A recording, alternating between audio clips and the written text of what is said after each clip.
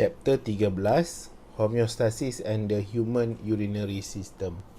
Jadi cikgu akan cuba terangkan kepada kamu. Cikgu cubalah ya. Tak tahulah, kadang-kadang susah juga nak bagi fahamkan ni kan. Tapi tak apalah. Jadi chapter 13 ni melibatkan homeostasis. Jadi ni satu perkataan lah. Jadi homeostasis ni antara benda yang kamu nak kena terus terbayang apabila sebut tentang homeostasis ni adalah persekitaran dalam tubuh badan. Jadi persekitaran dalam tubuh badan ni dia mesti dalam keadaan yang stabil. Dia mesti dalam keadaan julat yang normal. Julat tahu julat? Julat kalau bahasa Inggeris kita panggil range. Maksudnya dia ada minimum, takat minimum dan takat maksimum. Jadi kalau boleh dia tak nak keluar daripada takat maksimum dan takat minimum tu. Ya, kalau dia keluar daripada tu, dia akan menyebabkan masalah bagi sistem-sistem dalam badan. Organ-organ dia akan menyebabkan susah nak berfungsi. Metabolisme dia akan terganggu.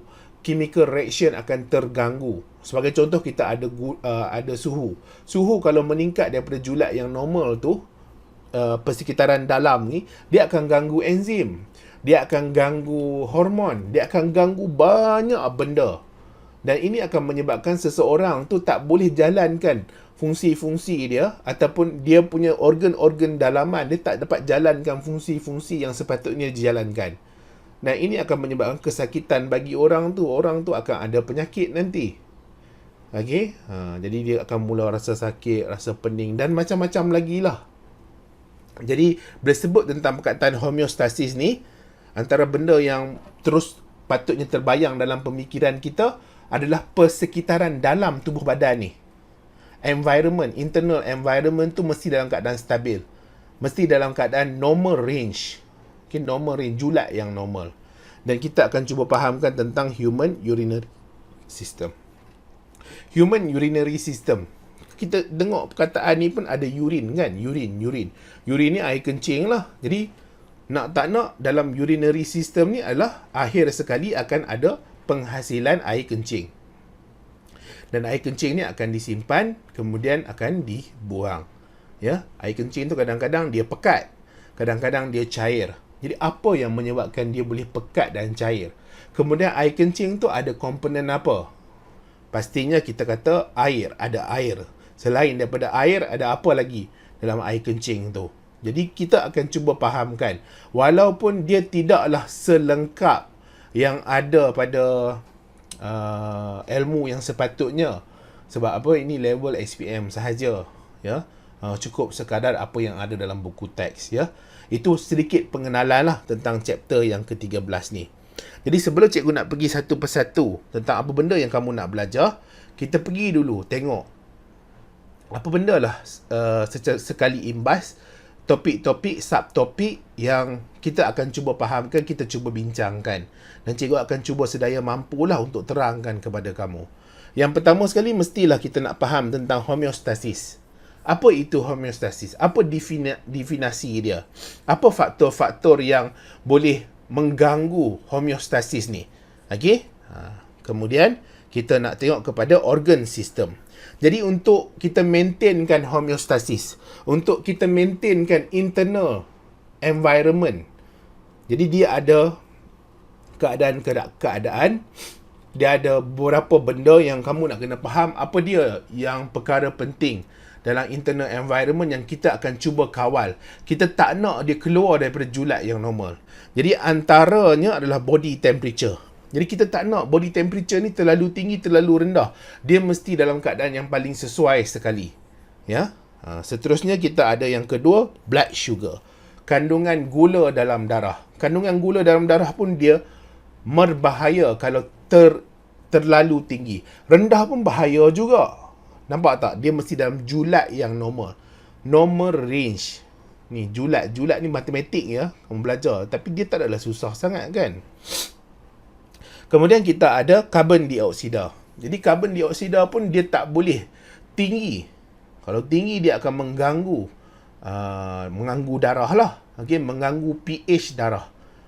Keasidan, kealkalian bagi darah. Itu karbon dioksida. Dan seterusnya adalah blood pressure. Tekanan darah. Jadi tekanan darah ni pun tak boleh tinggi sangat atau rendah sangat. Dia berbahaya kepada apa yang kemungkinan akan berlaku dalam tubuh badan kita. Kamu kena ingat, satu sistem bermasalah, dia akan ganggu sistem-sistem yang lain. Dia macam domino effect, kesan domino. Satu blok domino jatuh, jatuh blok yang lain, jatuh blok yang lain, jatuh blok yang lain. Nanti dia akan menggagalkan semua sistem yang ada dalam tubuh badan. Ya, sebab itulah homeostasis ni penting, sebab dia nak kekalkan internal environment dalam keadaan yang normal, dalam keadaan yang normal. Okey. Kemudian barulah kita akan cuba fahamkan tentang urinary system. Dalam urinary system ni kita akan cuba fahamkan fungsi umum dia dulu. Kemudian kita nak tengok kepada structure dalam urinary system, organ-organ yang terlibat. Kemudian kita akan cuba fahamkan tentang osmoregulation dan akhir sekali tentang isu-isu kesihatan yang melibatkan urinary system. Jadi tanpa buang masa, cikgu akan pergi terus teranglah untuk yang homeostasis.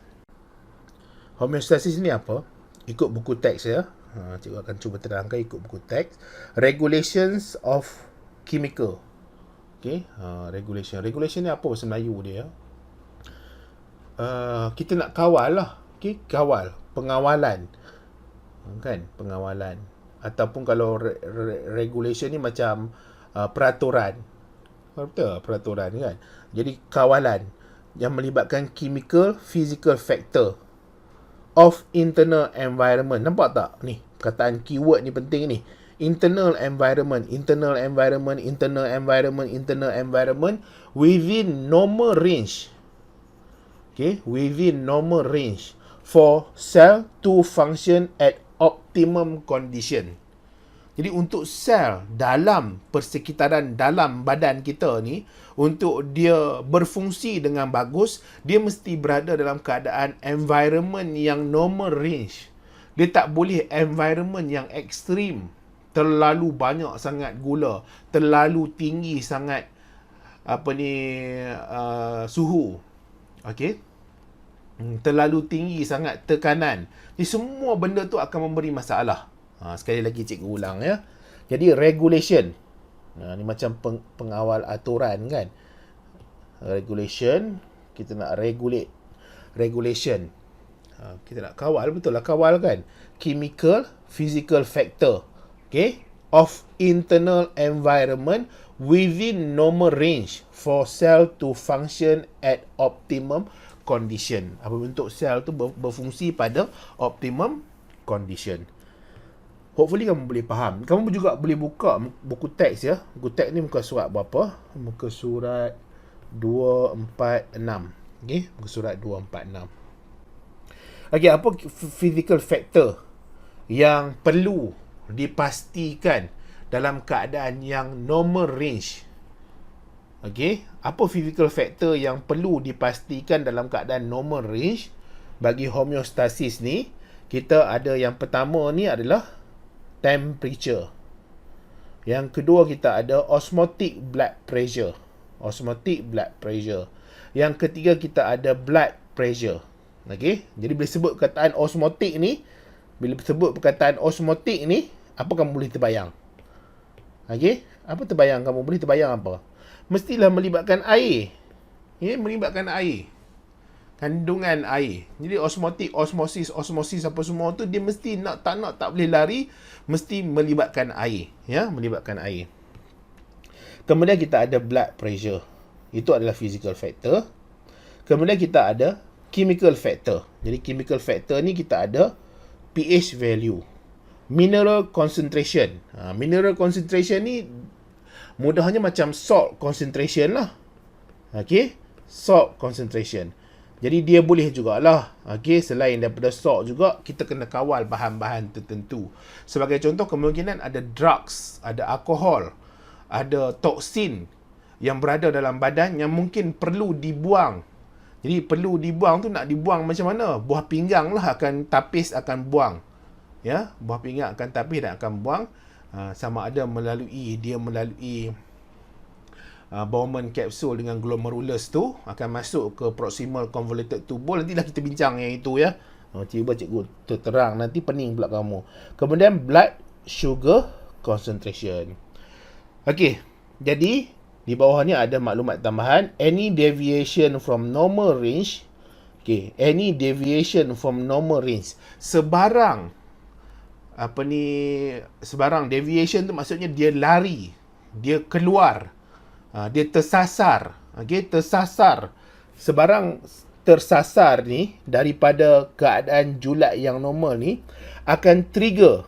Okey, dia akan cetuskan homeostatic mechanism. Jadi mekanisme homeostatic mechanism ni dia akan dicetuskan apabila normal range tu tak lagi berlaku. Dia keluar daripada normal range. Okey, dan dia involve negative feedback mechanism. Negative feedback ni dia mudah apabila dia meningkat sesuatu. Contohnya gula meningkat.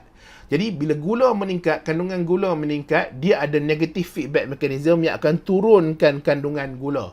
Itu kita panggil negative feedback.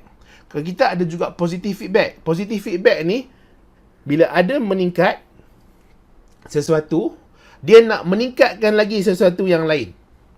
Itu kita panggil positive feedback. Positif ni dia meningkat lagi. Kalau negative feedback ni dia meningkat, dia nak turunkan peningkatan tu. Okey? Lebih kurang macam tu lah. Okay, cikgu tak tahu kamu faham ke tidak ya. Kalau positif ni dia meningkat. Kalau negatif ni dia meningkat, dia nak turunkan peningkatan tu, nak kembali ke julat yang normal range. Itu adalah untuk homeostasis ya. Sekarang ni barulah kita masuk kepada organ system. Suhu badan ya, body temperature, suhu badan.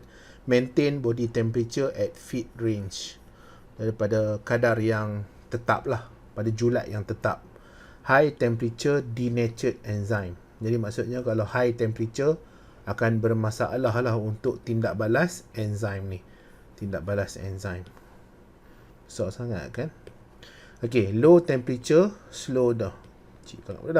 Slow down metabolic activities of the cell.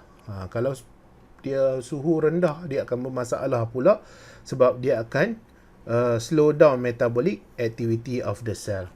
Kemudian body temperature akan detect by the thermoreceptor. Sebelum ni kita pernah dengar tentang perkataan thermoreceptor kan. Jadi reseptor ni akan kesan suhu, kesan haba. Okey, kesan haba body temperature lah. Dan thermoreceptor ni ada pada mana? Ada pada kulit dan ada pada hypothalamus. Jadi hypothalamus ni otak lah ya. Otak. Jadi tolonglah ingatkan balik bab yang sebelum ni cikgu ada terangkan tentang hypothalamus, pituitary gland, apa lagi? Medulla oblongata, cerebellum. Okey, jadi sekarang ni kita nak pergi satu persatu tentang bagaimana keadaannya kalau suhu badan meningkat. Okey, bagaimana keadaan kalau suhu badan meningkat? Jadi homeostasis. Jadi homeostasis ni adalah regulations of the chemical factor and physical factor to maintain the internal environment at the stable condition ya. Kita nak maintain internal environment tu pada kadar yang tetap. Dia tak nak keluar daripada kadar yang tidak bagus lah. Dia tak mau tinggi atau rendah sangat. Dia tak bagus. Jadi kita ada physical method. Macam mana kalau kita nak handle kalau body temperature ni dia rise. Rise tu maksudnya dia meningkat. Jadi macam mana tubuh badan ni, internal environment ni, dia atasi masalah. Jadi dia ada dua cara, dua kaedah, dua method. Iaitu physical method dengan chemical method. Jadi nombor 1, nombor 2. Okey, physical method dan chemical method. Okey, yang pertama untuk physical method ni dengan kehadiran erector muscle. Jadi kalau suhu badan meningkat, maksudnya haba akan berlebih. Haba tu yang akan meningkatkan temperature, akan meningkatkan suhu ya, haba. Jadi erector muscle ni salah satunya akan berfungsi lah untuk menghilangkan haba yang berlebihan dalam tubuh badan. Jadi erector muscle ni akan less stimulated. Okey, erector muscle akan less stimulated. Erector muscle ni duduk kat mana? Ingat sini, erector muscle. Tak dapat nampak ya. Warna apa sesuai? Okay, warna ni lah. Ni adalah erector muscle. Erector muscle. Jadi dia less stimulated, dia not constrict. Constrict ni apa? Dia kecut. Okay, constrict dia kecut. Constriction, pengecutan lah kan. Kemudian fine hair lowered towards skin. Jadi kamu nampak kat sini, ni nampak kat sini. Nampak tak hair ni, bulu roma kita, bulu-bulu dekat lengan kita, dekat badan kita, dia lowered. Dia tak tebal. Dia tak tebal. Dia tak tegak. Ya, dia lowered kena pada kawasan permukaan kulit. Disebab apa? Sebab not constrict. Dia tak kecut. Kalau dia kecut, dia tarik bulu ni menyebabkan bulu ni jadi tegak. Bila jadi tegak, dia tebal. Okay, lapisan luar ni jadi tebal. Kalau dia nipis macam ni, jadi dia terdedah pada kulit. Dia terdedah pada kulit. Okay, jadi dia akan ada thin layer of air trap. Udara yang terperangkap tu akan nipis. Udara yang terperangkap tu akan nipis. Kamu nampak tak? Udara yang terperangkap tu nipis. Okey, udara yang terperangkap tu nipis. Jadi bila nipis, haba akan mudah untuk keluar. Sebab tu dah ditulis sini, heat release quickly. Haba akan mudah untuk keluar. Haba daripada kulit kita, daripada daging kita ni akan mudah nak keluar. Disebabkan oleh dia punya lapisan udara yang disebabkan oleh bulu pada badan kita ni, dia tak tebal, dia nipis. Jadi dia tak memerangkap udara. Jadi bila dia tak memerangkap udara, haba daripada badan kita ni mudah nak dilepaskan, nak dikeluarkan, nak dihilangkan daripada badan. Jadi haba yang berada dalam badan kita ni, dia akan keluar lah. Jadi bila dia keluar, dia hilang ke udara, dia akan turunkan suhu badan. Okay, jadi hopefully kamu boleh faham. Dia tak susah pun ya. Erector muscle ni, yang ni kulit dia, yang ni bulu. Lepas tu adalah reseptor semua tu. Kemudian cikgu ubah warna lain. Kita pergi kepada arteriole. Mungkin cikgu boleh besarkan sikit lah kat kawasan ni kan. Arteriole. Jadi arteriole ni tolong ingatlah, cikgu dah ajar tentang arteriole, tentang artery, tentang blood capillary, tentang venule, tentang vein. Semua ni adalah blood vessel. Okay? Blood vessel, salur darah. Jadi ada beza ya. Kamu jangan tak tahu pula nak bezakan dia. Dia ada beza. Jadi arteriole. Arteriole ni dia lagi kecil berbanding dengan artery. Dia lagi kecil. Ya. Dia cabang yang keluar daripada artery. Artery dia besar sikit lah. Ya, dia saluran utama. Kemudian arteriole ni in skin dilate. Jadi arteriole yang di bawah kulit ni akan dilate ataupun vasodilation. Dilate, vasodilation tu maksudnya dia mengembang, dia kembang. Okey, kembang. Okey. Okey, cikgu ni tak tahulah kamu okey ke tak kan. Kalau dalam kelas tu boleh tengok muka seorang-seorang, kita nak ulang ke tak ulang ke. Jadi tak ada masalah. Tapi ni tak tahulah kan. Kamu dengar kadang-kadang pukul 2 pagi, 3 pagi kamu study. Jadi skin dilate. Dilate tu maksudnya dia mengembang. Vasodilation tu mengembang. Vaso ni vessel lah. Okey, vaso ni vessel. Vaso ni vessel. Dilation tu dia mengembang. Jadi bila mengembang, dia akan ada ruang yang lebih. Bila ada ruang yang lebih, darah akan lalu dengan lebih. Ya, isi padu darah tu akan lalu dengan lebih. Jadi more blood. Akan ada lebih banyak darah flow to skin surface. Jadi bila darah ni lalu dekat skin surface, akan lebih banyak haba yang akan hilang. Dan kamu kena ingat, antara yang bagus untuk menyimpan haba adalah air. Dan air ni kandungan dia sangat banyak dalam darah. Okey, kandungan air dalam darah sangat banyak. Darah ya, darah kita ada 55% dia adalah plasma. Ni ulang baliklah. Dan Daripada 55% ni 90% adalah air. Yang lain tu adalah other component lah. 45% ni blood ya, blood. 45% lagi adalah bahan-bahan lain pula. Cellular component, bahan sel. Sel-sel lah, sel. Kita ada erythrocyte, kita ada leukocyte, kita ada thrombocyte ataupun platelet. Jadi lebih haba tu dia banyak ada pada darah sebab apa? Sebab adanya air. Air ni salah satu ciri dia, properties of water adalah dia muatan haba yang tinggi. Okey, muatan haba yang tinggi. Jadi bila dia muatan haba yang tinggi, dia bagus untuk menyimpan haba. Jadi bila darah banyak lalu dekat permukaan kulit, dia pastinya akan bawa bersama dengan haba dan haba tu akan keluar daripada kulit dan terbebas di udara. Jadi bila terbebas di udara, dia akan hilang haba daripada badan kita keluar ke udara. Jadi sekarang ni bila suhu tu meningkat, dia akan menurun disebabkan haba yang hilang. Okey? Itu yang kedua. Sekarang ni kita pergi yang ketiga. Yang ketiga kita ada sweat gland. Sweat gland ni yang inilah. Okey, yang mana sweat gland? Yang ini. Payung padam. Ni sweat gland. Ni. Sweat gland ni akan produce more sweat. Sweat gland ni akan produce more sweat. Sweat ni apa? Peluh. Peluh ni mengandungi apa? Mengandungi air. Air ni dia adalah muatan haba yang bagus. Muatan haba yang bagus. Okey, jadi bila dia muatan haba yang bagus, bila dia keluar daripada badan, dia akan bawa bersama dengan haba. Dia akan bawa bersama dengan haba. Jadi bila dia produce more sweat, haba tu akan dikeluarkan. Sebab tu kalau kita jogging, kan, bila jogging tu maksudnya dalam tubuh badan kita akan tinggi metabolisme. Chemical reaction pun akan tinggi. Kenapa chemical reaction tinggi? Tindak balas kimia tinggi sebab dia nak pecahkan glukosa kepada ATP.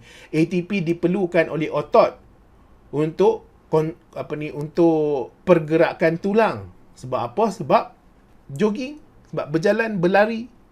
Sebab itulah dia akan hasilkan haba. Semua tindak balas kimia, metabolisme ni akan hasilkan haba. Jadi haba-haba ni dia akan dikeluarkan antaranya melalui peluh. Jadi peluh tu dia akan bawa haba keluar supaya nanti dia tak menyebabkan tubuh badan punya suhu terlampau tinggi.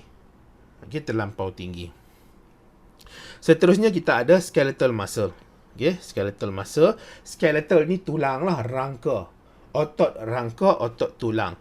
Jadi otot rangka, otot tulang ni dia akan less contract. Contract ni mengecut.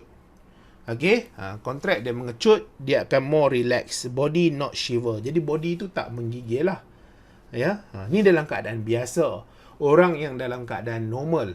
Tapi ada juga keadaan-keadaan tertentu kita lihat sesuatu yang tak sepatutnya berlaku. Kan?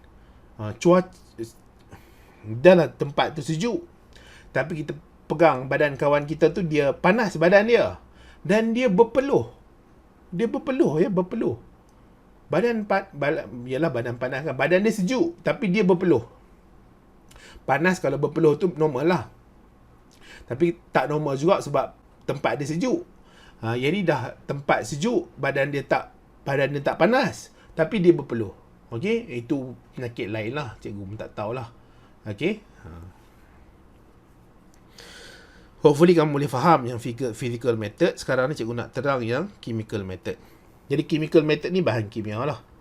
Okay? Jadi kita ada adrenal gland. Adrenal gland ni terletak dekat mana? Terletak atas sebuah pinggang. Okay? Dia bahagian atas kidney. Dia akan secrete less adrenaline. Jadi suhu meningkat kan. Kalau dia rembes adrenaline, ini akan menyebabkan metabolisme dalam badan dia meningkat. Degupan jantung dia meningkat. Kadar respirasi dia meningkat. Respiration dia semua meningkat. Dan ini akan menambahkan haba dalam badan. Tak boleh. Sebab itulah dia less adrenaline. Okay? Kemudian metabolic rate dia pun akan decrease lah sebab less adrenaline. Kemudian kita ada thyroid gland. Jadi thyroid gland ni not stimulated. Jadi tak dirembes, tak dirangsang. Jadi dia akan hasilkan kurang thyroxine. Ingat ya, thyroxine ni dia akan increase metabolic rate. Thyroxine ni hormon yang boleh increase metabolic rate. Bila metabolic rate tinggi, kadar metabolisme dalam badan tinggi, maksudnya dia akan hasilkan haba. Jadi bila akan hasilkan haba, tubuh badan akan meningkat suhunya. Sebab itulah dia akan ada less thyroxine supaya metabolic rate dia low. Metabolic rate dia akan decrease. Jadi tidak ada haba berlebihan yang dihasilkan. Jadi itu untuk body temperature. Kita ada rise, physical method dengan chemical method. Jadi sepatutnya kalau dia drop, kalau body temperature tu drop, dia terbaliklah daripada yang cikgu dah terangkan semua ni. Tapi tak apalah, disebabkan kamu, cikgu terangkan jugalah kalau drop tu macam mana. Jadi tu kita ada drop di sini. Kita ada drop di sini. Jadi physical method dengan chemical method lah. Kita ada erector muscle. Jadi erector muscle akan contract. Dia berbeza dengan yang atas tadi tu ya.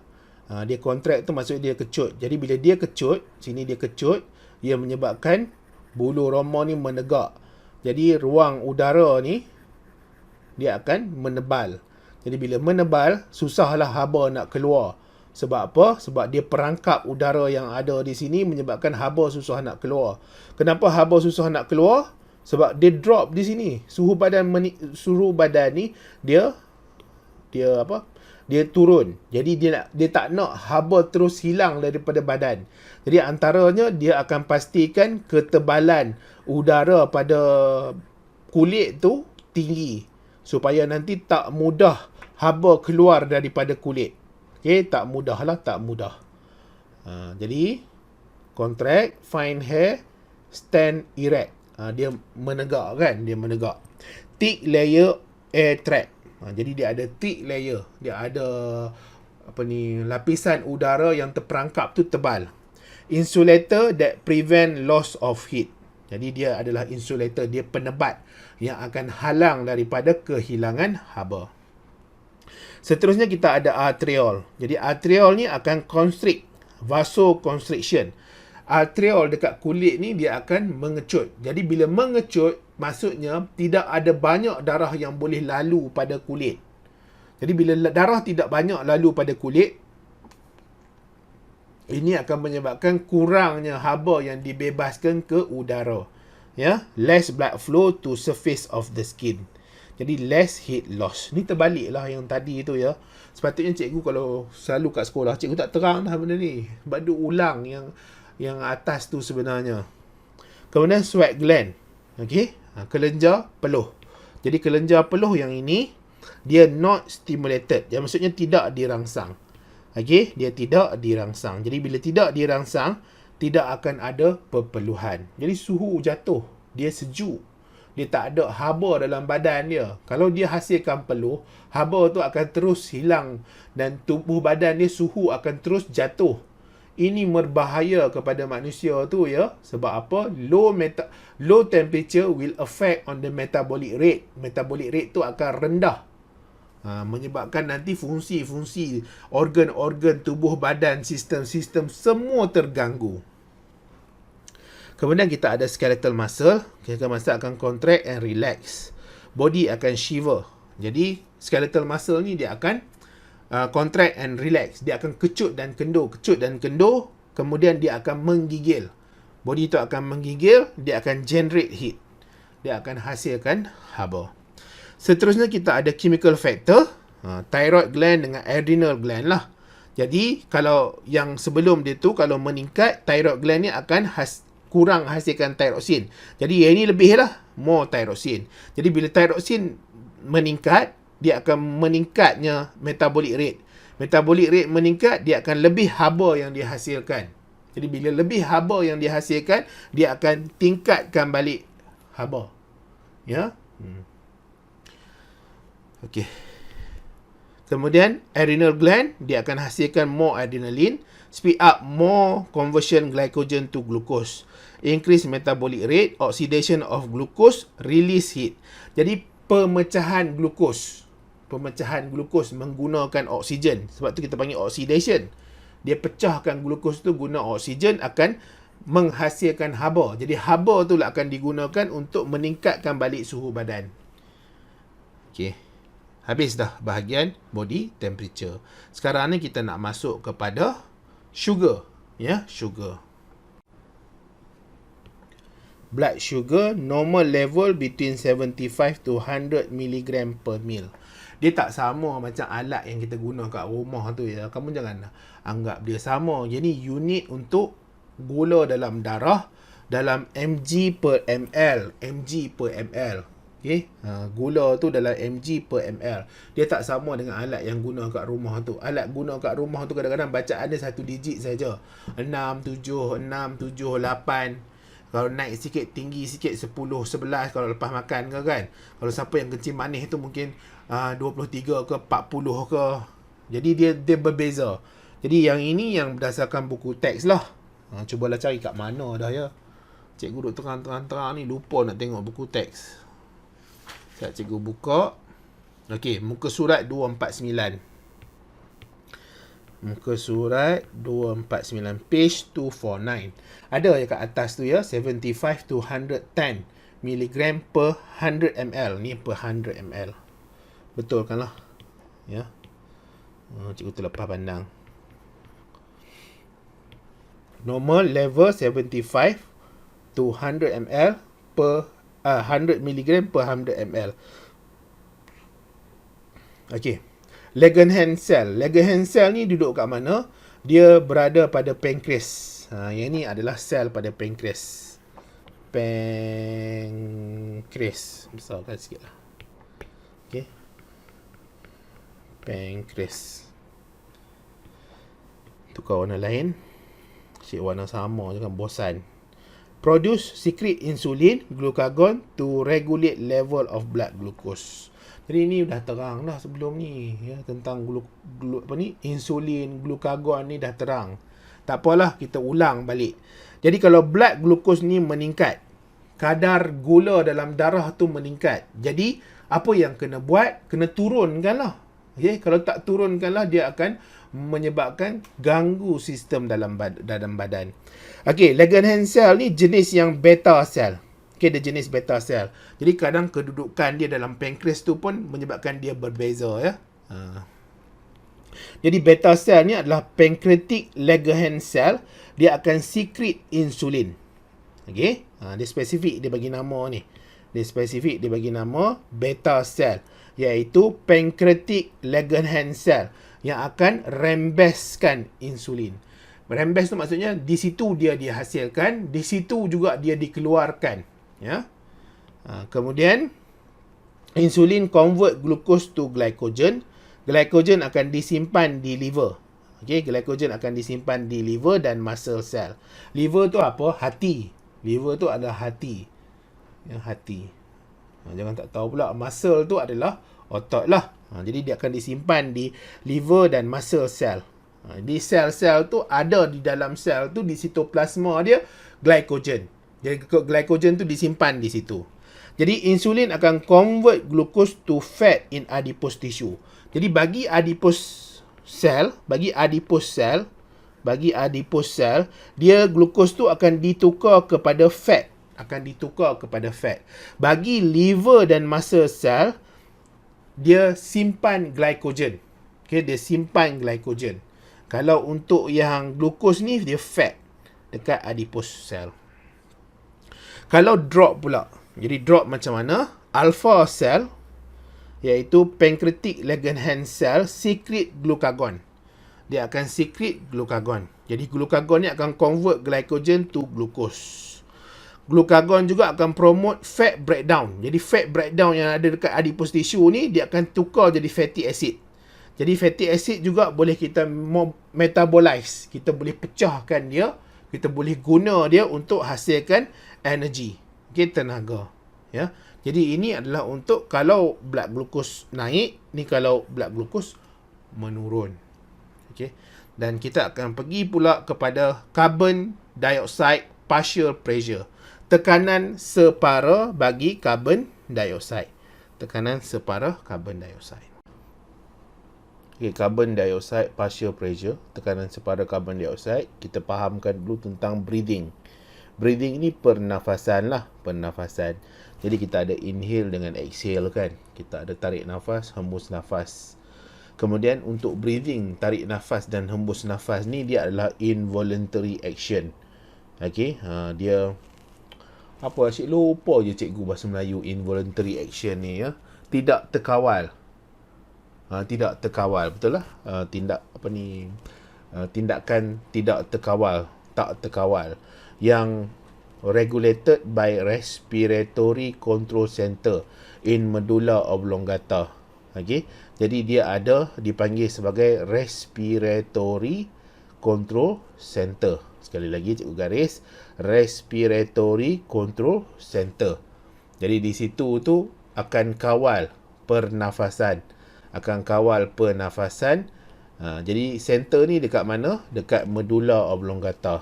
Dekat medulla oblongata ni bahagian otak lah. Jadi kalau tengok dalam buku ni, dia hanya ada melibatkan kenaikan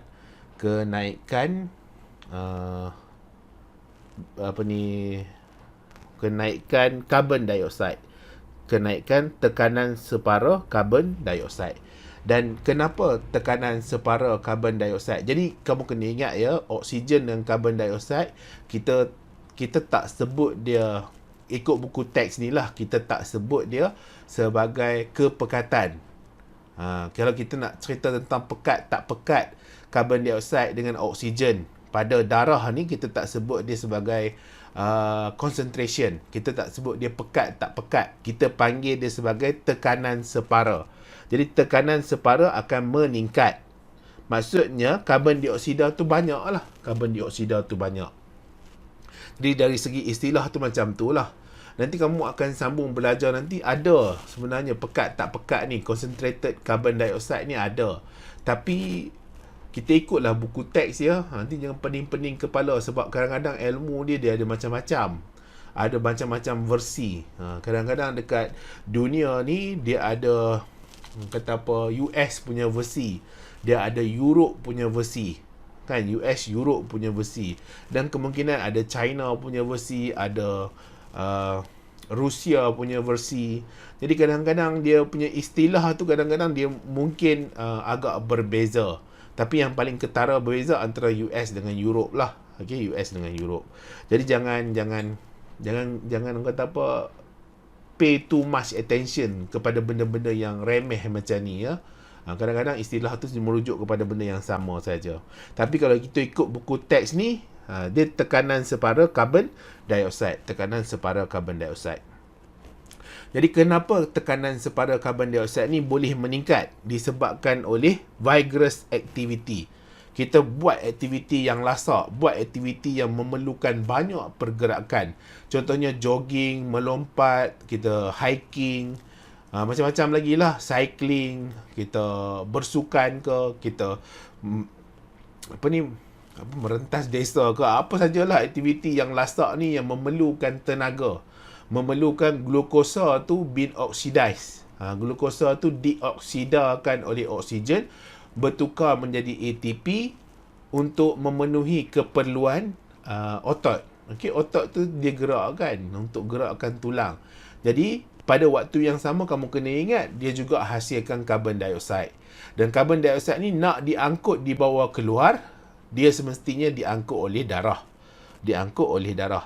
Dan dia major percentage dia adalah melalui carbon dioxide itu dissolve in the blood plasma dalam bentuk carbonic acid.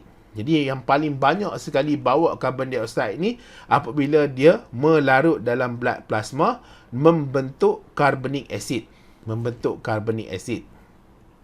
Jadi carbon dioxide ni dia akan bergabung dengan air membentuk carbonic acid. Yang ni carbonic acid ya, H2CO3. Okey, carbonic acid. Kemudian carbonic acid ni boleh dissociate, dia boleh mengalami pemecahan, kehilangan. Okey, dia hilang apa? Dia hilang satu daripada hidrogen dia ni. Hidrogen dia jadi bebas, H+. Kemudian dia akan membentuk bicarbonate ion. Okey, Kan ada negatif-negatif ni, ada negatif ke positif kita sebut ion kan. Ini kimia lah. Kimia ni cikgu tak apa nak kerti. Bukan tak apa nak bagus sangat. Lama dah belajar dulu ya. Lepas tu dia tak belajar, dia tak ingat, tak tahulah. Mungkin kamu lagi pandai kimia berbanding dengan cikgu. Ya, sebab apa? Kamu freshly learn chemistry during your form 4 and form 5 lah. Jadi pengetahuan tu mungkin lebih bagus daripada cikgu. Tapi di sini ni kita ada carbonic acid. Maksudnya asid, ada asid di situ. Di darah tu ada asid. Cikgu tak nak cerita mendalam sangat tentang pengangkutan karbon dioksida ni sebab dah terang dah pada bab yang sebelumnya. Pergi tengoklah bab tu ya. Dia ada melibatkan pengangkutan karbon dioksida tu diangkut macam mana. Dia masuk ke dalam sel darah merah. Kemudian ada tindak balas, pemecahan apa semua. Itulah macam-macam lah. Kemudian dia keluar daripada karbon dioksida, keluar daripada sel darah merah. Kemudian dia masuk balik. Dia agak detail dan agak complicated. Kalau nak pergi cerita dekat sini, dah tahulah berjam pula dah nak memerlukan masa untuk terang kepada kamu. Kamu pun mesti bosan nanti. Tapi yang pastinya karbon dioksida gabung dengan air. Ni berlaku di blood plasma ya. Dia membentuk carbonic acid. Asid di situ. Kemudian dia boleh mengalami kehilangan hidrogen ni. Salah satu hidrogen dia. Jadi hidrogen ni bebas. Jadi bila dia bebas, satu lagi tu akan membentuk bicarbonate ion. Kamu kena ingat, hidrogen yang bebas ni, dia akan menurunkan pH bagi darah. Jadi darah tu akan menjadi semakin berasid. Carbonic acid juga dia boleh menurunkan pH darah. Okey, maksudnya darah tu akan jadi berasid. Jadi bila darah berasid, maksudnya dia tidak bagus untuk keadaan persekitaran dalam. It's not good for the internal environment. Maksudnya dia can disturb the viscosity, the fluidity. Dia akan ganggulah pergerakan, ganggu concentration, ganggu macam-macam sistem dalam tubuh badan apabila darah tu dalam keadaan lebih berasid daripada yang normal. Okay? Jadi pH blood, tissue fluid akan decrease. Jadi pH bagi darah, pH bagi tissue fluid ni akan menurun. Disebabkan tingkatnya carbonic acid dengan hydrogen ion ni meningkat dalam darah sebab tinggi tekanan separa karbon dioksida. Tissue fluid apa? Tissue fluid, kita ada sel. Okay, kita ada sel-sel. Jadi di antara satu sel dengan satu sel lain tu dia ada fluid. Kita panggil dia sebagai tissue fluid. Tissue fluid. Jangan tak tahu pula tissue fluid kan. Ataupun nama lain kita boleh panggil sebagai interstitial fluid. Ataupun kalau bahasa Melayu bendalir tisu lah. Bendalir tisu. Okey. Kat mana dah? Okey. Detect. Jadi pH darah ni. Lepas tu pH darah dan pH darah lah terutama sekali. Bila dia menurun. pH darah bila menurun. Disebabkan apa? Sebab meningkatnya tekanan separa karbon dioksida. Boleh dikesan di kemoreseptor. Boleh dikesan oleh kemoreseptor. Central kemoreseptor. Dekat mana? Dekat medulla oblongata. Dan juga terdapat satu lagi kawasan dipanggil sebagai peripheral kemoreseptor. Di kawasan neck.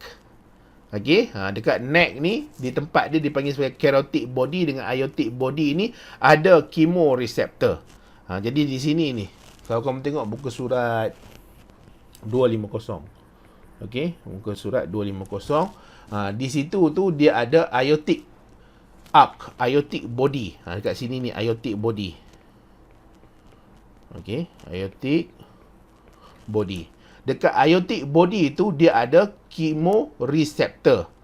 Kemoreseptor. Dia ada juga baroreseptor ya. Dia ada juga baroreseptor. Tapi kemoreseptor ni dia akan kesan pH. Okey, dia akan kesan pH. Baroreseptor ni dia akan kesan pressure. Tolong ingatlah beza dia. Baroreseptor kesan pressure. Kemoreseptor akan kesan pH. Jadi dekat aortic body, satu lagi dekat mana? Satu lagi carotid body. Carotid body ni dekat atas ni lah. Okey, carotid body. Jadi carotid body ni ada baroreseptor dengan kemoreseptor. Dia ada ni. Chemoreceptor dengan baroreceptor. Kemudian dekat medula ni pun sama juga, dia ada chemoreceptor. Dekat medula. Sini ya, sini. Sini. Tolong tengok sini. Nanti tak tahu pula cikgu dah sebut yang mana kan. Dekat medula ni ada chemoreceptor. Jadi medula, carotid body, aortic body ada chemoreceptor. Chemoreceptor ni akan kesan apa? Kesan pH darah. Apa yang berlaku pada pH darah? Dia menurun. Sebab apa menurun? Kandungan tekanan separa karbon dioksida meningkat. Kenapa tekanan separa karbon dioksida meningkat? Disebabkan oleh vigorous activity. Aktiviti lasak. Banyak guna glukosa. Glukosa dipecahkan, bin oxidase, hasil ATP, hasil karbon dioksida. Karbon dioksida perlu dibuang, dia masuk ke dalam darah. Jadi dia akan bergabung dengan plasma darah dan dia akan membentuk carbonic acid dan juga bicarbonate ion, juga hidrogen ion yang bebas. Dan semua ni akan menyebabkan pH darah menurun. Dan akan dikesan di medula oblongata. Sebab medula oblongata ni ada chemoreceptor. Dikesan juga di peripheral chemoreceptor, di carotid body dengan aortic body. Chemoreceptor ada dekat carotid body dengan aortic body. Chemoreceptor ya. Kamu jangan pergi keliru pula. Pergi tengok dekat muka surat 1250 tu, kamu nampak baroreceptor tu, kamu kata baroreceptor tu sama dengan chemoreceptor. Tak, baroreceptor berbeza dengan chemoreceptor. Baroreceptor adalah untuk detect pressure. Cikgu duk sebut ulang-ulang ni sebab tak nak kamu keliru. Bukan apa, kadang-kadang cikgu pun keliru juga. Kita kadang-kadang tinggal lama kan. Jadi tinggal lama kadang-kadang lupa jugalah ya. Jadi kena ulang-ulang tu supaya dia kuat dalam ingatan. Okey, jadi itu dah teranglah kat situ ya. Jadi nerve impulse. Jadi nerve impulse tu akan dah ada dekat medula oblongata ni. Jadi sorry ini ada. Nerve impulse sent to respiration control center, cardiovascular control center in medulla oblongata. Jadi sekarang ni maklumat tu akan dihantar dekat medulla oblongata juga. Jadi maklumat daripada peripheral chemoreceptor ni, maklumat daripada central chemoreceptor yang memang ada dekat medulla oblongata ni, dia akan hantar nerve impulse. Dia akan hantar electrical impulse pergi dekat medulla oblongata, bagi tahu dekat medulla oblongata bahawa pH tengah jatuh sekarang ni. Jadi medulla oblongata pula akan bagi arahan. Dia akan bagi arahan dalam bentuk nerve impulse. Okey, dia akan bagi arahan dalam bentuk nerve impulse ke intercostal muscle, diafragma.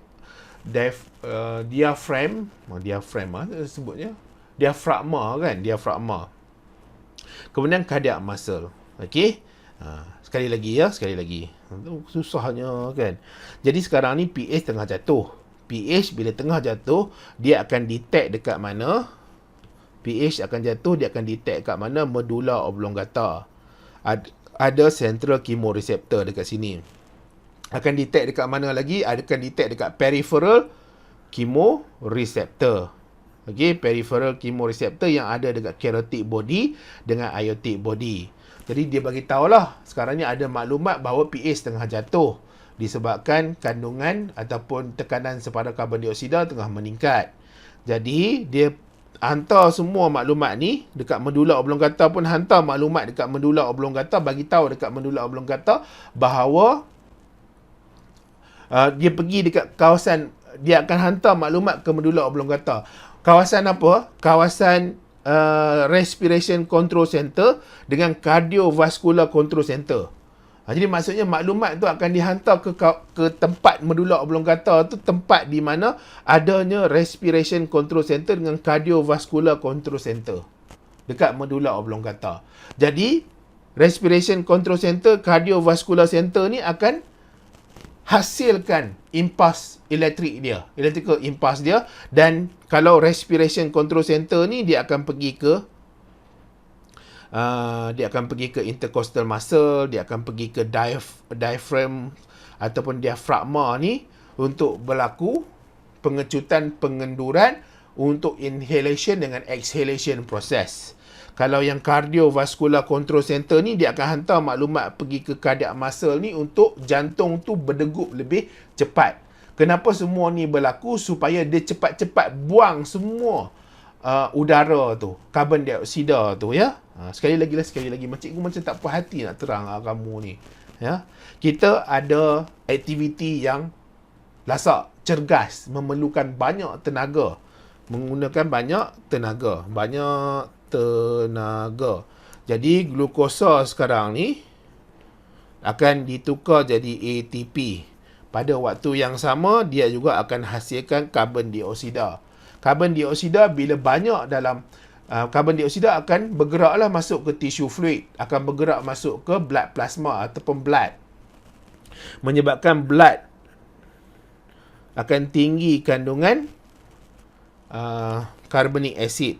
Okey, carbonic acid dengan H+, okey, hidrogen ion, menyebabkan pH darah akan jatuh.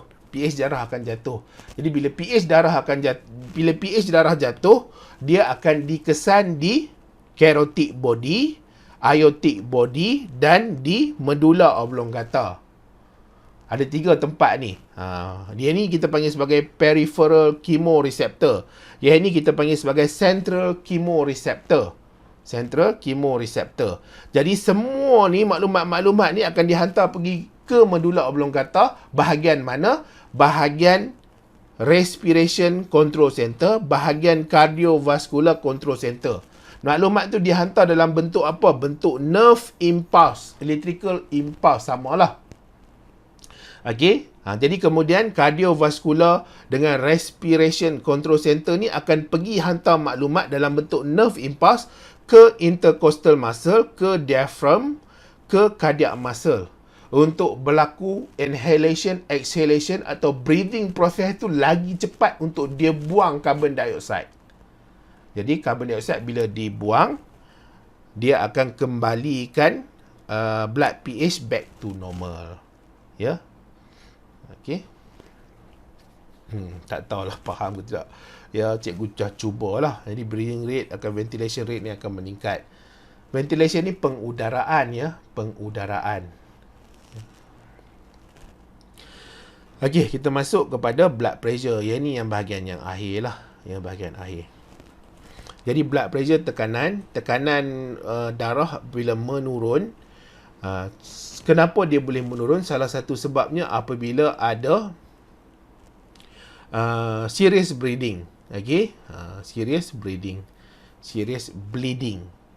Jadi darah tu berlaku kehilangan melalui luka. Jadi kita ada baroreceptor. Jadi kat sini tu ada baroreceptor. Okey. Dia itu di aortic arc dengan carotid artery. Dia ada baroreceptor. Jadi baroreceptor tu dia akan less stimulate, dia kurang dirangsang disebabkan oleh blood pressure dia kurang. Jadi blood pressure bila kurang, dia kuranglah hentakan kepada baroreceptor tu. Jadi bila kurang hentakan pada baroreceptor, kuranglah dirangsang baroreceptor tu. Jadi dia akan hantar maklumat tu pergi ke cardiovascular control center. Jadi maklumat-maklumat ni selalunya dihantar dalam bentuk apa? Bentuk electrical impulse lah. Jadi baroreceptor ni akan hantar maklumat pergi ke cardiovascular control center dalam bentuk nerve impulse. Jadi sekarang ni bila dah kurang maklumat dihantar, medulla oblongata pun, cardiovascular control center in medulla oblongata pun less stimulate. Dia kurang dirangsang jugalah sebab maklumat kurang nak dihantar, kan. Jadi akan menyebabkan vasoconstriction of artery occur. Jadi vaso tu maksudnya blood vessel constriction, vasoconstriction. Jadi blood vessel tu dia kurang pengecutan bagi blood vessel, iaitu bagi artery. Jadi artery tu artery itu akan mengalami pengecutan kepada artery. Bila pengecutan pada artery, dia akan kurang darah lalu. Darah akan kurang lalu. Jadi bila darah kurang lalu, dia akan tingkatkan pressure bagi darah. Jadi dia akan tingkatkan resistance, halangan bagi blood flow tu. Jadi cardiac muscle tu akan contract lagi kuat supaya nanti dia dapat tolak lebih kuat darah tu. Tak tahu faham ke tidak kamu ni ya. Jadi vasoconstriction of artery occur. Jadi maksudnya arteri itu akan mengecut. Jadi darah akan susah nak lalu. Jadi bila darah susah nak lalu, kadar massa tu akan push lagi kuat untuk paksa darah tu lalu. Sebab kamu kena ingat salah satu fungsi utama pengepaman jantung ni adalah untuk tolak darah ke seluruh tubuh badan. Jadi kalau ada halangan bagi darah tu untuk lalu, jantung tu akan cuba untuk tolak lagi kuat. Sebab itulah kadar massa akan ada stronger contraction untuk push the blood to all part of the body. Jadi blood pressure akan return to normal range. Okay. Jadi kalau rise ni opposite lah. Jadi baroreceptor in aortic arc, carotid artery akan more stimulate. Ataupun stimulate. Dia akan dirangsang. Jadi cardiovascular control center in medulla oblongata akan stimulate. Okey, dia akan stimulate. Jadi ditukar kat sini stimulate. Kalau dia rise.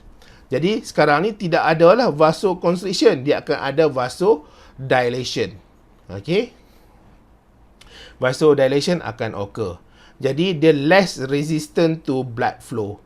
Kadar massa akan ada less contraction. Kadar massa akan ada less contraction. Okey. Kemudian blood pressure akan return to the normal range. Jadi itu adalah untuk blood pressure. Jadi cikgu dah terangkanlah untuk drop dengan rise. Okey, sekarang ni kita nak masuk kepada urinary system. Jadi urinary system muka surat berapa? Muka surat 252. Okey, muka surat 252. Jadi function urinary system ni excrete nitrogenous compound. Kita ada urea, uric acid, ammonia, creatinine. Okey. Jadi ni ada compound dia lah, dia akan buang. Kemudian function seterusnya bagi urinary system ni adalah untuk regulate volume. Jadi volume of body fluid. Kita punya cecair dalam badan. Blood osmotic pressure. Jadi osmotic ni, bila sebut osmotic ni nak tak boleh lari daripada air lah. Okey. Kemudian ion concentration, body fluid, electrolyte content, blood pH. Okey, sekarang ni kita nak tengok kepada structure. Okey, structure bagi urinary system. Kita ada bahagian cortex dengan medulla. Yang ni untuk kidney lah ya. Kidney. Cortex, medulla. Jadi urine form in the kidney flow into pelvis. Jadi sekarang ni kamu nampak tak ada renal artery. Jadi renal artery, kita ada renal vein. Okay, renal artery, renal vein. Jadi renal artery ni akan bawa darah lah. Darah daripada jantung akan masuk ke dalam buah pinggang. Inilah. Okay. Jadi daripada renal artery ni akan masuklah ke arteriol, nanti akan masuk ke blood capillary. Jadi semua tu dia akan masuk sehinggalah dia akan berpusing dalam kawasan buah pinggang ni. Ya. Dan akhir sekali antara struktur yang paling kecil sekali yang bersambung dengan renal artery ni adalah glomerulus. Jadi glomerulus ni apa? Glomerulus ni adalah blood capillary. Dia adalah salah satu jenis blood capillary darah, glomerulus. Okey, jadi kemudian dia ada pelvis di sini, dia ada medulla, cortex. Jadi cortex ni adalah bahagian yang luar sekali. Cortex bahagian luar sekali, dalam dia kita ada medulla, kemudian dalam lagi kita ada pelvis. Okey, tepuk kat sini kita ada cortex, kemudian dia ada medulla, kemudian dia ada pelvis. Jadi renal artery ni akan masuk ke dalam buah pinggang. Daripada artery jadi arteriol lah. Kemudian daripada arteriol jadi arteriol efferent. Dia kemudian ada arteriol efferent. Jadi di situ tu nanti dia akan ada blood capillary yang bergumpal yang kita panggil sebagai glomerulus. blood kapilari yang bergumpal yang kita panggil sebagai glomerulus. Jadi kalau kita tengok dekat sini, okey, kat sini. Jadi di sini ni adalah nefron. Jadi nefron ni adalah unit asas bagi buah pinggang. Unit asas bagi buah pinggang. Dan nefron ni kedudukan dia di mana? Okey, kedudukan dia di mana? Kedudukan dia di buah pinggang lah. Jadi dia ada bahagian pada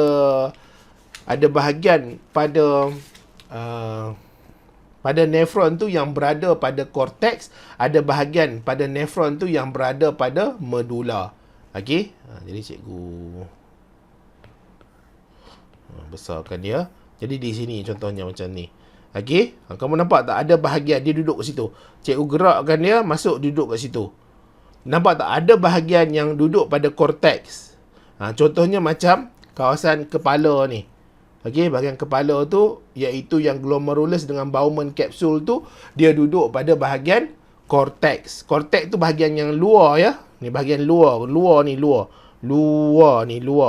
Okey, bahagian korteks dia duduk pada bahagian korteks. Loop of Henle tu bahagian pada medula. Jadi dia bukan ada satu sajalah, dia ada banyak lah. Ni cikgu kecilkan dia, letak situ satu. Kemudian duplicate letak lagi. Duplicate letak lagi. Ada beribu-ribu. Kamu tak ingat lah ada berapa banyak ya. Unit nefron ni berada dalam kidney. Yang mana kalau kamu tengok dia tukar set warna lain. Okey. Yang di bawah ni dia duduk dekat medula. Okey. Dia duduk dekat medula, yang atas ni duduk pada korteks. Okey. Korteks dekat sini ya, korteks sini. Medula yang dalam ni, yang ni pelvis. Jadi di sini nanti akan berkumpul, dia akan masuk ke pelvis lah. Dia akan masuk ke pelvis. Air kencing tu akan berkumpul dekat pelvis, kemudian dia akan mengalir masuk ke ureter. Okey. Dia akan mengalir masuk ke ureter. Jadi ini apa ni? Ini apa? Yang ni adalah renal artery. Ni renal artery. Yang ni adalah arteriole efferent. Okey. Efferent arteriole. Mana lain?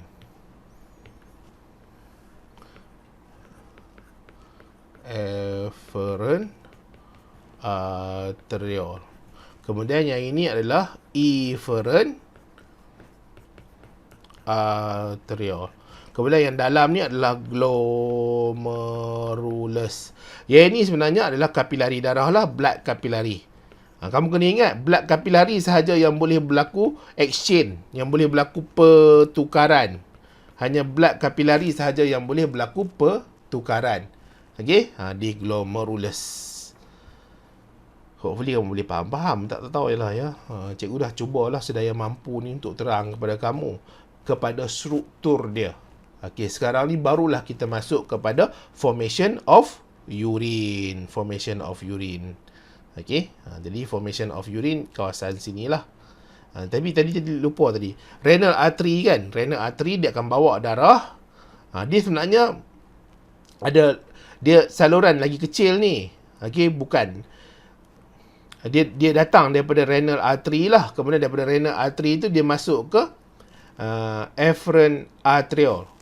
Cikgu tak nak tunjuk lah gambar yang detail tu, berpuluh-puluh lagi label ni. Mungkin lebih daripada 20 label yang ada pada buah pinggang ni ya. Okey, terutama sekali pada laluan darah ni. Ada banyak dia punya nama-nama dia, cabang-cabang dia. Sehingga yang paling kecil halus sekali iaitu efferent arteriole dengan efferent arteriole.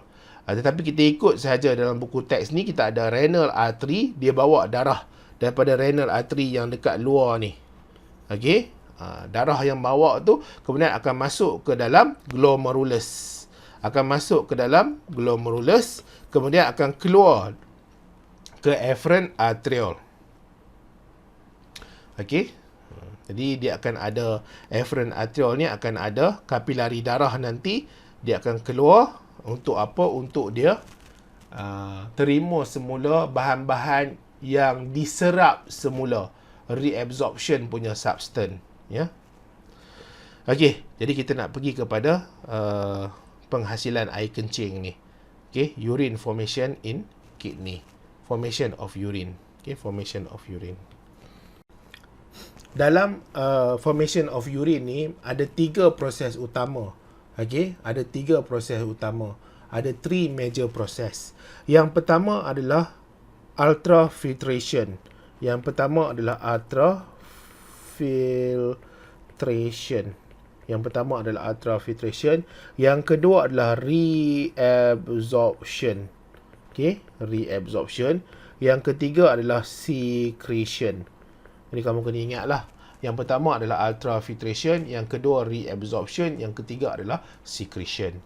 Jadi kita sebelum nak pergi kepada satu persatu ultrafiltration, reabsorption, secretion ni, kita cuba fahamkan dulu struktur bagi nefron. Jadi struktur ni kita panggil sebagai nefron ya. Cikgu lupa ni ada nefron. Okey, unit bagi buah pinggang ni kita ada nefron. Jadi apa dia punya struktur yang ada di sini? Okey. Kita ada renal artery. Renal artery ni dia bawa darah daripada jantung lah. Akan masuk ke afferent arteriole. Okey, dia akan bawa darah masuk ke afferent arteriole. Nampak tak? Daripada salur yang besar, dia masuk ke salur yang kecil. Salur darah yang besar, dia masuk ke salur darah yang kecil. Jadi bila saluran besar masuk ke saluran kecil, dia sebenarnya akan meningkatkan lagi tekanan ataupun kita panggil hydrostatic pressure. Okey, sebab ke? Sebab dia punya perbezaan antara renal artery dengan afferent arteriole. Dan apabila darah tu masuk ke dalam Bowman capsule, tekanan dia dalam keadaan high hydrostatic pressure. Okay, high hydrostatic pressure. Hydro tu maksudnya fluid lah, fluid. Okay, hydro tu maksudnya fluid. Tekanan cecair, tekanan bendalir tu tinggi. Okay. Kemudian kita ada efferent arteriole. Kita ada efferent arteriole. Okay. Daripada efferent arteriole ni dia akan bercabang-cabang membentuk blood capillary. Okey, dia bercabang-cabang keluar, dia membentuk blood capillary. Jadi daripada arteriole dia jadi blood capillary. Kemudian daripada blood capillary ni dia masuk menjadi vein. Okey. Venule. Tak ada dalam ni mana cikgu cari label dia. Okey. Dia akan jadi venule lah sebenarnya sebelum dia masuk ke vein. Yang ni adalah renal vein. Renal vein. Ni ada renal vein lah. Dia pergi tulis banyak-banyak buat apa. Okey, renal vein. Okey, seterusnya di dalam ni kita ada Bowman capsule. Ni Bowman capsule. Bowman capsule ni blood capillary sebenarnya ya. Sebab itulah dia boleh mengalami exchange. Okay, exchange of substance. Bahan tu boleh keluar daripada glomerulus. Tapi tak ada lah bahan masuk. Sebab apa? Sebab dalam keadaan tekanan tinggi itu, dia hanya boleh tolak keluar sahaja daripada Bowman capsule, akan masuk ke dalam glomerulus. Jadi daripada glomerulus, dia berkumpul semua bahan-bahan tadi nak membentuk urine tadi. Kemudian dia akan masuk ke dalam proximal convoluted tubule. Jadi proximal convoluted tubule. Jadi kawasan ni, cikgu kalau label ni. Okey. Jadi ini adalah kawasan medula. Ini adalah kawasan terbalik. Ini adalah kawasan cortex. Sini adalah kawasan medula, ya. Ini adalah proximal convoluted tubule. Di bawah ni adalah liku Henle atau loop of Henle. Dia ada descending, dia ada ascending. Descending dengan ascending. Maksudnya dia ada loop of Henle yang menurun, ada loop of Henle yang menaik. Kemudian dia akan jumpa dengan distal convoluted tubule dan dia akan berkumpul, akan ada di collecting duct di sini. Okey, collecting duct. Okey. Macam mana cikgu nak terangkan kamu ni? Okey. Kita pergi dulu kepada ultrafiltration. Jadi ultrafiltration, jadi maklumat ni ada dekat sini lah. Okay. Ultrafiltration, maklumat ni ada kat sini. Darah daripada afferent arteriole ni akan masuk ke dalam glomerulus. Dia akan masuk ke dalam glomerulus. Darah dalam keadaan yang tekanan tinggi ni daripada renal artery akan masuk ke afferent arteriole, akan masuk ke dalam Bowman capsule. Bowman capsule. Salah ya. Dia akan masuk ke dalam glomerulus. Bowman capsule. Terbalik ni. Apalah cikgu ni. Sini Bowman capsule. Sini Bowman capsule tu glomerulus. Jadi darah tu akan masuk ke glomerulus. Kemudian dengan keadaan tekanan yang tinggi, dia akan menyebabkan bahan-bahan daripada darah tu keluar masuk ke Bowman capsule. Dia keluar masuk ke Bowman capsule. Jadi bila dia keluar masuk ke Bowman capsule, jadi ada kata apa? Jadi banyaklah bahan-bahan dekat Bowman capsule ni. Sebab apa? Sebab dia berasal daripada glomerulus ni. Sebab itulah kita panggil dia ultrafiltration, ultraturasan. Jadi ada bahan-bahan tertentu, banyaklah juga, terutama sekali blood plasma yang akan keluar daripada glomerulus ni masuk ke Bowman capsule, masuk ke Bowman capsule. Dan boleh dikatakan hampir kebanyakan blood plasma tu keluar daripada glomerulus masuk ke Bowman capsule. Kecuali beberapa bahan yang lain yang dia agak besar. Jadi sebagai contoh, apa yang agak besar? Contohnya kita ada RBC, red blood cell, platelet, lepas tu plasma protein. Ni tak boleh keluar. Okey, dia tak boleh keluar. Jadi bahan sekarang ni yang berada dalam Bowman capsule ni kita panggil dia apa? Kita panggil dia sebagai glomerular filtrate. Kita panggil dia sebagai glomerular filtrate. Jadi dia kata dekat sini, glomerular filtrate ni adalah sama dengan blood plasma. Kecuali dia tidak ada RBC, tidak ada platelet, tidak ada plasma protein. Okey? Tidak ada plasma protein. Sekali lagi ya. Jadi kita ada renal artery ni. Kita ada afferent arteriole.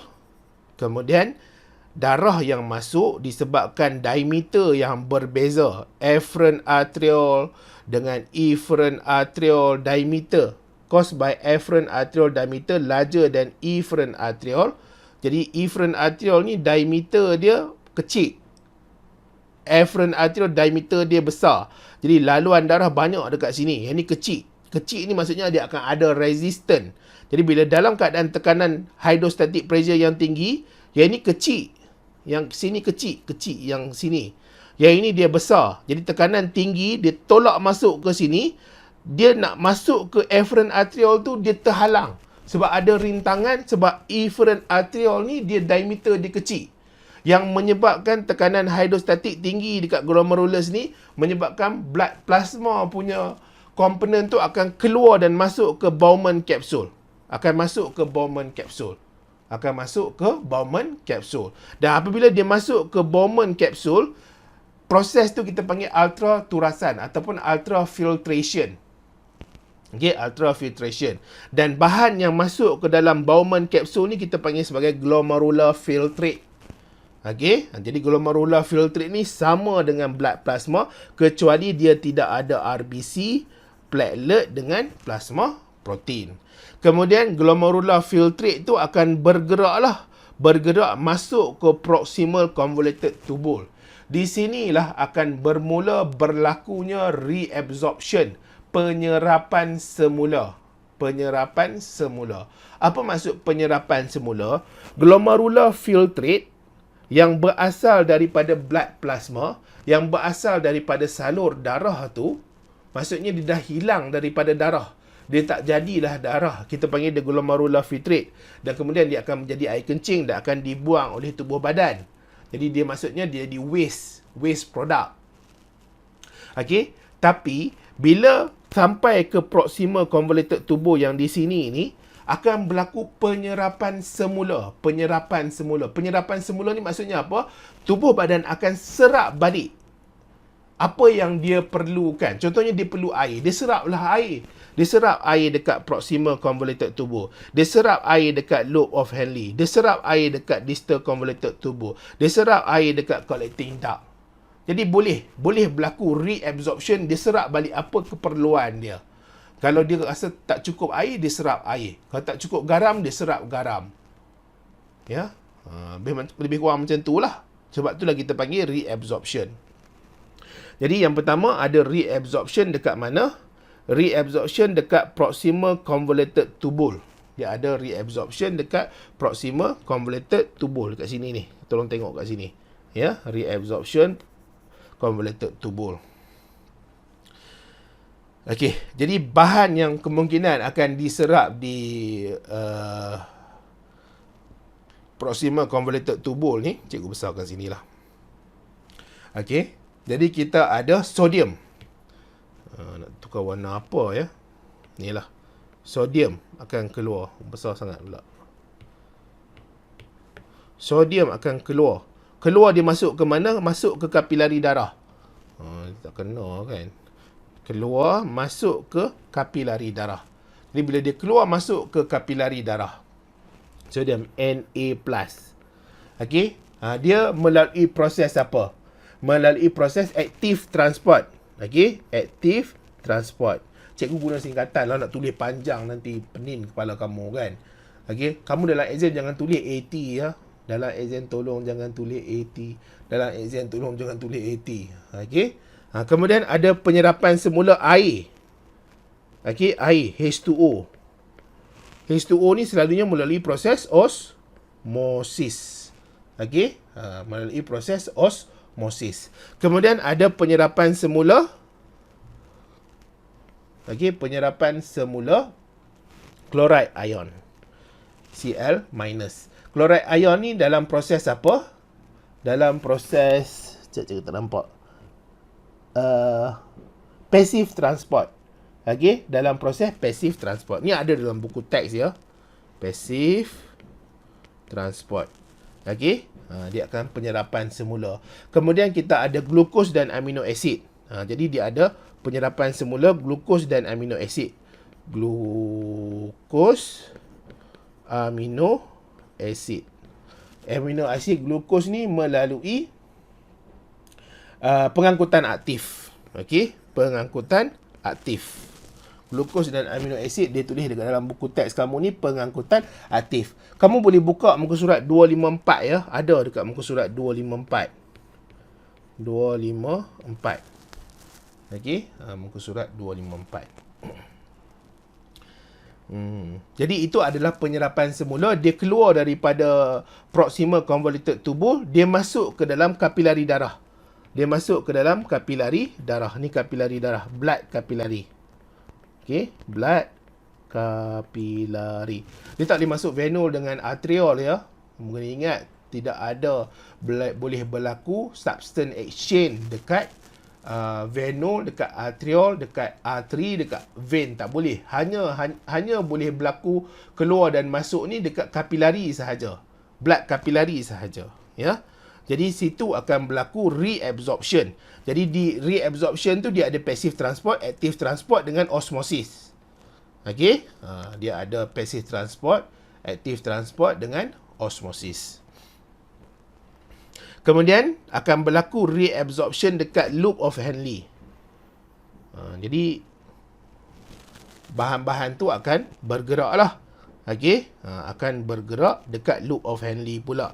Jadi akan ada reabsorption at loop of Henle and distal convoluted tubule. Jadi di loop of Henle ni apa yang akan keluar? Cikgu nak guna warna apa? Warna biru ni lah. Ya. Apa yang keluar? Air akan keluar. Air akan keluar. Tak nak macam tu kan. Air akan keluar. Dia akan masuk ke kapilari darah. Jadi air H2O. Melalui proses apa? Osmosis. Okey. Air akan keluar. Jadi dekat loop of Henle juga akan ada sodium dengan chloride ion yang akan keluar. Okey. Chloride ion akan keluar. Cl-. Cl- ni melalui proses pengangkutan aktif, active transport. Okey, active transport. Klorid ion ni dia akan melalui proses kalau yang klorid ion dia melalui proses passive transport. Ada dalam buku teks ya. Kemudian kalau yang klorid ion ni, klorid ion disebut klorid ion banyak kali. Kalau untuk sodium ion, okey, Na+, dia melalui active transport. Active transport. Ada dalam buku teks ya. Kamu boleh tengok kat dalam buku teks. Okey, kemudian kita pergi kepada distal convoluted tubule. Di distal convoluted tubule ni akan ada yang keluar. Ni distal convoluted tubule dekat sini. Dekat sini ni. Sini. Okey. Cikgu nak guna warna apa pun tak tahu dah. Dah penuh dengan contengan. Okey. Distal convoluted tubule. Dia akan keluar, akan masuk ke dalam salur darah. Dia akan keluar. Apa yang keluar tu air. H2O. Okey, H2O. H2O tu melalui proses osmosis lah. Osmosis. Okey. Kemudian apa lagi yang keluar? Klorid ion dengan sodium ion. Sama lah. Kalau yang sodium ion tu melalui active transport. Kan? Sodium ion melalui active transport ni. Sini. Sini juga berlaku dekat sini ni. Berlaku dekat sini. Okey, kalau klorid ion ni melalui proses passive transport, melalui proses passive transport. Jadi di situ akan ada reabsorption, penyerapan semula. Jadi sekarang ni kita dah dengar penyerapan semula bagi air,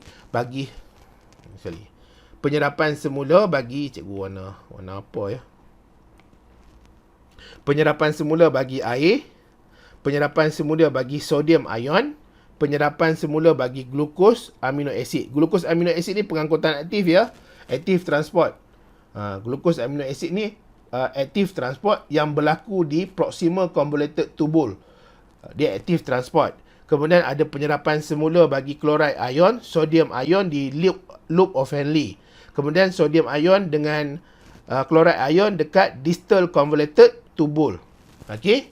Sama je punya proses tu, ada active transport dengan ada passive transport.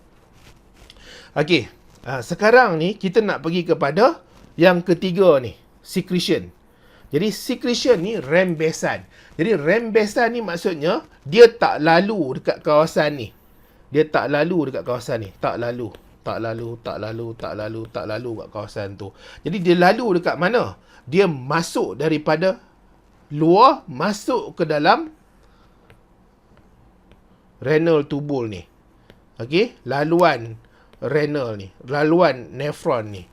Daripada luar dia masuk. Dia rembes masuk. Okey? Jadi rembes masuk.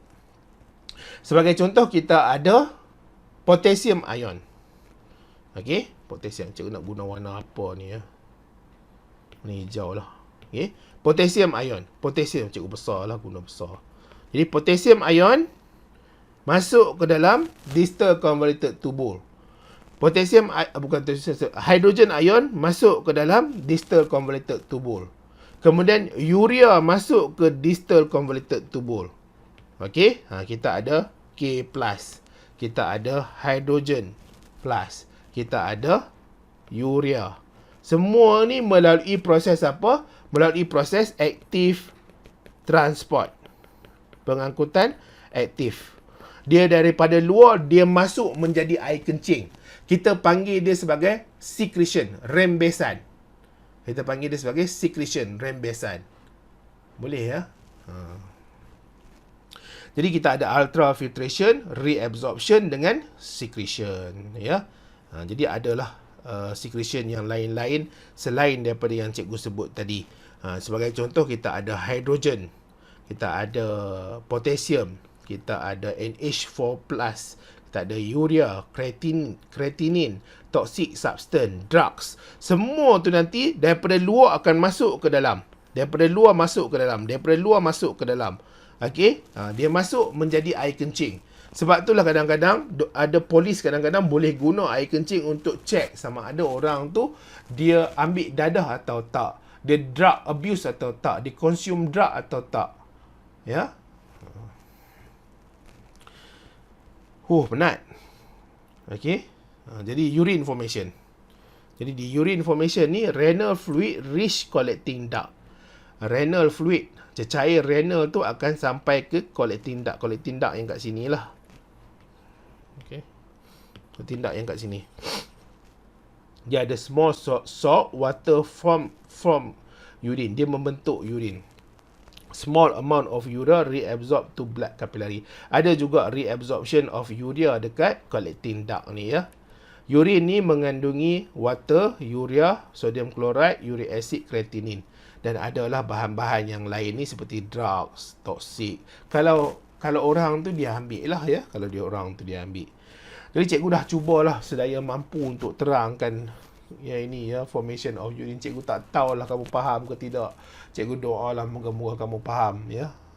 Penat ni terang kat kamu ni. Okey, kita nak tengok kepada osmoregulation. Jadi osmoregulation ni, osmo kan, bila sebut tentang osmosis, osmotic, air lah, melibatkan air ya. Jadi dia ada keadaan di mana too much water, air terlampau banyak. Dia akan menyebabkan blood osmotic pressure drop below normal range. Jadi blood osmotic pressure drop. Okey. Jadi too much water. Bila too much water, blood osmotic pressure drop. Kalau less water, blood osmotic pressure increase lah. Terbaliklah kan. Okey. Kamu jangan tertukar pula ya. Jadi dekat sini dia boleh too much water, blood osmotic pressure drop. Okey. Jadi osmoreceptor in hypothalamus less stimulate. Dia kurang dirangsang osmoreceptor. Okey, osmo ni water lah. Jadi water punya receptor dekat hypothalamus ni akan kurang dirangsang. Jadi pituitary gland pun akan kurang dirangsang. Jadi bila pituitary gland kurang dirangsang, ADH akan kurang dirembes. Ingat ADH apa fungsi dia? ADH apa fungsi dia? Untuk stimulate water reabsorption. Okey. Jadi bila tidak ada atau kurang ADH ni, dia takkan reabsorb balik water yang ada di dalam urinary duct ataupun di dalam nephron tu. Okey, ataupun di dalam renal tubule lah, renal tubule. Okay, renal tubule ni sepanjang ni lah. Dia tidak akan reabsorb. Jadi ADH akan less secreted. Wall of distal convoluted tubule collecting duct less permeable. Kenapa dia less permeable? Sebab tidak ada ADH. Jadi kalau tidak ada ADH, dia less permeable. Maksudnya dia tidak larut. Dia tidak boleh membenarkan.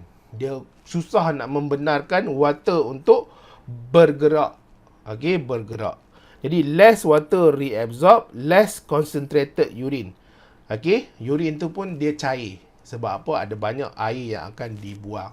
Sebab dalam tubuh badan dia dah banyak air. Dalam darah tu dah banyak air. Okey, dia akan hasilkan urine high volume. Kemudian kita nak pergi kepada health issue. Jadi health issue ni ada kidney failure. Kidney failure ni disebabkan apa? Illness, bacterial infection, accident. Jadi penyakit lah. Penyakit yang menyebabkan buah pinggang dia rosak. Kemudian disebabkan oleh bacterial infection, jangkitan bakteria. Seterusnya ada accident. Kemudian health issue kemudian adalah leading cause renal failure. Okey, renal failure. Rosaknya buah pinggang yang disebabkan oleh diabetes mellitus. Diabetes mellitus ni kencing manis lah. Jadi kencing manis ni boleh menyebabkan rosak buah pinggang. Kemudian tekanan darah tinggi pun boleh menyebabkan rosak buah pinggang. Jadi satu lagi adalah kidney stone. Kidney stone ni heart masses made up. Jadi dia ada ketulan-ketulan yang seolah-olah macam batu, tapi batu tu dia terdiri daripada uric acid, calcium oxalate, crystalline calcium phosphate. Jadi bila batu-batu ni dia duduk dekat dalam buah pinggang, Dan ini akan menyebabkan air kencing tu susah nak bergerak. Ya, susah nak bergerak. Masalah lah kalau dia nak kencing. Okey, sekarang ni benda ni, collecting duct yang kat sini ni, collecting duct ni akan bawa urin ni dan akan mengalir masuk ke dalam pelvis. Sebab kan banyak urin masuk daripada nefron, dia akan berkumpul dekat pelvis. Daripada pelvis ni dia akan masuk ke ureter dan dia akan pergi ke bladder, urinary bladder, pundi kencing. Betul ke pundi kencing? Betul lah kan, urinary bladder, pundi kencing. Kemudian dia akan dikeluarkan di urethra. Okey, urethra. Jadi ini adalah formation of urine lah. Habislah ya. Cikgu pun tak tahu nak terang apa lagi ya. Tak pastilah cikgu. Oh, penat. Chapter 13, Homeostasis and the Human Urinary System. Untuk video seterusnya, bab chapter yang ke-14 lah, yang melibatkan locomotion and support. Tulang manusia, pergerakan bagi haiwan. Ada belajar dalam chapter 14. Ada 2 lagi chapter. Cikgu tak sabar nak habiskan. Okay, jumpa pada video seterusnya ya.